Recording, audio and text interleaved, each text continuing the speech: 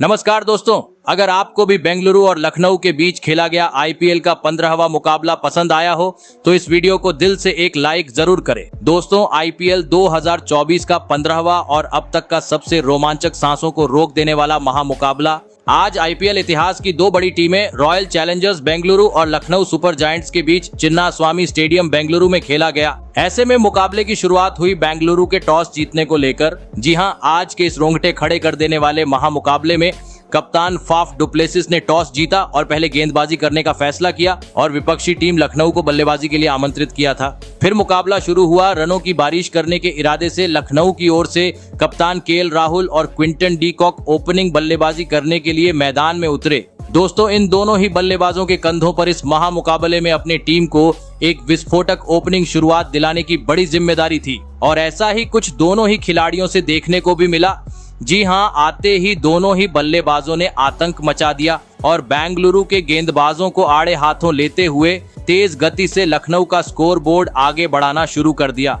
और इसी बीच मैच के तीसरे ओवर में क्विंटन डी कॉक ने गेंदबाजी करने आए मोहम्मद सिराज की बुरी तरह पिटाई कर दी और इस ओवर में लगातार 2 गगनचुंबी छक्के जड़ते हुए 13 रन बटोर डाले। दोस्तों, क्विंटन डी कॉक तो बेहतरीन बल्लेबाजी कर ही रहे थे, लेकिन दूसरे छोर से अब केएल राहुल ने भी ताबड़तोड़ बल्लेबाजी करते हुए बड़े शॉट खेलने शुरू कर दिए थे। लेकिन तब भी पावर प्ले का अंतिम यानी छठा ओवर लेकर आए ग्लेन मैक्सवेल ने इस जोड़ी को तोड़ दिया। जी हां, और ओवर की तीसरी गेंद पर केएल राहुल को कैच आउट करवाते हुए लखनऊ को पहला झटका दे दिया।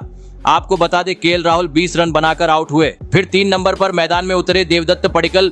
दोस्तों, पावर प्ले में बेहतरीन शुरुआत मिलने के चलते आज 6 ओवर का खेल खत्म होने तक लखनऊ ने 54 रन स्कोर बोर्ड पर लगा दिए थे। दोस्तों, लखनऊ को पावर प्ले में एक बेहतरीन शुरुआत मिल चुकी थी। ऐसे में जरूरत थी उसी रन गति से टीम का स्कोर आगे बढ़ाने की, परंतु मैदान में उतरे नए बल्लेबाज देवदत्त पडिक्कल आज टीम के लिए कुछ खास योगदान नहीं दे पाए और मैच के 9वें ओवर में मोहम्मद सिराज की गेंद पर बड़ा शॉट खेलने के चक्कर में विकेटकीपर अनुज रावत को एक आसान सा कैच थमाकर अपना विकेट गंवा बैठे। आपको बता दें, देवदत्त पडिक्कल 6 रन बनाकर आउट हुए। ऐसे में लगातार 2 बड़े झटके लगने के बाद लखनऊ की ओर से अब मैदान में उतरे मार्कस स्टोइनिस, जिनका प्रदर्शन अभी तक इस आईपीएल में काफी खराब रहा है। ऐसे में आज लखनऊ का पूरा खेमा उम्मीद लगाकर बैठा था कि वह आज जरूर बड़ी पारी खेलेंगे और बड़ा स्कोर बनाएंगे और ऐसा ही कुछ मार्कस स्टोइनिस से देखने को भी मिला। जी हां, इसके बाद स्टोइनिस ने दूसरी छोर पर खड़े क्विंटन डी कॉक का काफी बेहतरीन साथ दिया और दोनों ही बल्लेबाजों ने मिलकर धुआंधार बल्लेबाजी करते हुए तेज गति से लखनऊ का स्कोर बोर्ड एक बार फिर से आगे बढ़ाना शुरू कर दिया। और इसी बीच ओपनिंग बल्लेबाज क्विंटन डी कॉक ने महज 36 गेंद पर अपना धमाकेदार 50 जड़ दिया। दोस्तों, दोनों ही खिलाड़ियों के तूफानी बल्लेबाजी के चलते अब हर ओवर से मैदान में चौकों छक्कों की मानो जैसे बरसात सी हो रही थी और देखते ही देखते इन दोनों ही खिलाड़ियों ने अब तीसरे विकेट के लिए 50 से अधिक रनों की साझेदारी भी निभा डाली। दोस्तों, लखनऊ एक बड़े लक्ष्य की ओर अग्रसर हो चुका था, लेकिन तब भी मैच का 14वां ओवर लेकर आए ग्लेन मैक्सवेल ने एक बार फिर अपना जादू बिखेर दिया और ओवर की 5वीं गेंद पर मार्कस स्टोइनिस को मयंक डागर के हाथों कैच आउट करवाते हुए बेंगलुरु को तीसरी सफलता दिला दी। आपको बता दें, मार्कस स्टोइनिस 24 रन बनाकर आउट हुए। फिर क्विंटन डी कॉक का साथ देने मैदान में उतरे विस्फोटक बल्लेबाज निकोलस पूरन। दोस्तों, 50 पूरा होने के बाद अब क्विंटन डी कॉक का एक अलग अंदाज मैदान में देखने को मिल रहा था, क्योंकि अब हर ओवर में उनका बल्ला आग उगलते हुए चिन्नास्वामी में रनों की बरसात कर रहा था। मोहम्मद सिराज रहो या कोई और स्पिनर गेंदबाज, हर कोई आज उनके सामने विफल नजर आ रहा था। लग रहा था वह जरूर अपने ताबड़तोड़ बल्लेबाजी के दम पर लखनऊ को 200 रनों के पार पहुंचा देंगे। लेकिन दोस्तों, तभी मैच का 17वां ओवर लेकर आए रीस टॉपले ने उनका पत्ता साफ कर दिया और ओवर की चौथी गेंद पर क्विंटन डी कॉक को बाउंड्री पर कैच आउट करवाते हुए लखनऊ को चौथा झटका दे दिया। आपको बता दें, क्विंटन डी कॉक आज 81 रनों की एक बहुमूल्य पारी खेल आउट हुए। ऐसे में दोस्तों, अब अंतिम 3 ओवर का खेल बाकी था। निकोलस पूरन का साथ देने मैदान में उतरे आयुष बदोनी, लेकिन बेंगलुरु के तूफानी गेंदबाजी के सामने वह ज्यादा देर तक मैदान में टिक नहीं सके और यश दयाल की गेंद पर बड़ा शॉट खेलने के चक्कर में फाफ डुप्लेसिस को कैच देकर अपना विकेट गंवा बैठे। आपको बता दें, फाफ डुप्लेसिस ने एक जादुई कैच पकड़ते हुए बदोनी को बिना खाता खोले पवेलियन का रास्ता दिखाया। ऐसे में दोस्तों अब महज 12 गेंद बची हुई थी। लखनऊ को अगर बेंगलुरु के सामने बड़ा लक्ष्य खड़ा करना था तो अब ताबड़तोड़ अंदाज में बल्लेबाजी करने की पूरी जिम्मेदारी निकोलस पूरन के कंधों पर थी। और दोस्तों इस जिम्मेदारी को निकोलस पूरन ने बखूबी तरीके से निभाया और मैच के 19वें ओवर में रीस टॉपले के परखच्चे उड़ा दिए और इस ओवर में लगातार 3 गगनचुंबी छक्के जड़ते हुए 20 रन बटोर डाले।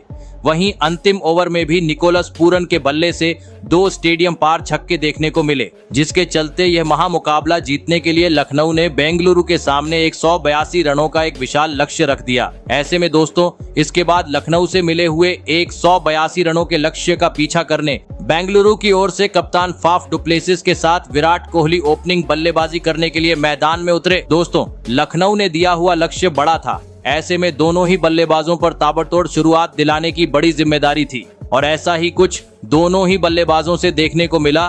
जी हां, आते ही दोनों ही खिलाड़ियों ने लखनऊ के गेंदबाजी पर ढाबा बोल दिया और विस्फोटक बल्लेबाजी करते हुए टीम का तेज गति से स्कोर आगे बढ़ाना शुरू कर दिया। और इसी बीच मैच के चौथे ओवर में विराट कोहली के बल्ले से एक गगनचुंबी छक्का भी देखने को मिला।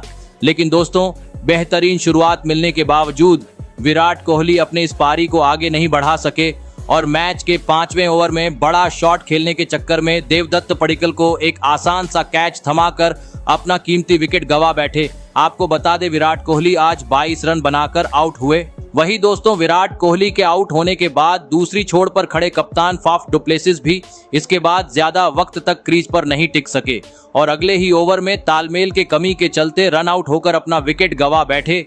दोस्तों डुप्लेसिस 19 रन बनाकर आउट हुए। फिर मैदान में उतरे बेंगलुरु के विस्फोटक बल्लेबाज ग्लेन मैक्सवेल, जिनसे इस महामुकाबले में सभी प्रशंसकों को एक बड़ी पारी की उम्मीद थी। लेकिन दोस्तों मैच का छठा ओवर लेकर आए मयंक यादव की तूफानी गेंदबाजी का सामना वह ज्यादा वक्त तक नहीं कर पाए और अपने पारी की दूसरी ही गेंद पर कैच आउट होते हुए बिना खाता खोले पवेलियन का रास्ता नाप लिए। दोस्तों पावर प्ले में ही आज बेंगलुरु अपने 3 बड़े विकेट गंवा चुकी थी। ऐसे में अब मैदान में मौजूद थे 2 नए बल्लेबाज रजत पाटीदार और कैमरन ग्रीन। लेकिन दोस्तों मयंक यादव का तूफान रुकने का नाम ही नहीं ले रहा था। जी हां, क्योंकि अगले ही ओवर में उनको और एक बड़ी सफलता हासिल हुई और इस बार उनके शिकार बने कैमरन ग्रीन। जी हां, आपको बता दें मयंक यादव ने कैमरन ग्रीन को सीधा क्लीन बोल्ड करते हुए बेंगलुरु को चौथा झटका दिया। दोस्तों कैमरन ग्रीन 9 रन बनाकर आउट हुए। लखनऊ की तूफानी गेंदबाजी ने मानो जैसे आज चिन्नास्वामी में आतंक मचा दिया था, क्योंकि 100 रन के भीतर ही अब बेंगलुरु के 4 बड़े बल्लेबाज पवेलियन लौट चुके थे। अगर लक्ष्य के करीब पहुंचना था तो मैदान में मौजूद रजत पाटीदार और अनुज रावत को एक करिश्माई बल्लेबाजी करने की जरूरत थी और ऐसा ही कुछ इसके बाद देखने को भी मिला। जी हां, एक छोर से रजत पाटीदार और अनुज रावत ने इसके बाद आरसीबी के डगमगाती पारी को संभाला और सूझबूझ के साथ गेंदबाजों का सामना करते हुए एक बार फिर बेंगलुरु का स्कोरबोर्ड आगे बढ़ाना शुरू कर दिया। दोस्तों दोनों ही बल्लेबाज बेहतरीन लय में नजर आ रहे थे, जिस कारण अब मैदान में कभी चौके तो कभी छक्के भी देखने को मिल रहे थे। खास करके रजत पाटीदार जो हर खराब गेंद पर ताबड़तोड़ शॉट जड़ते हुए रन बटोर रहे थे।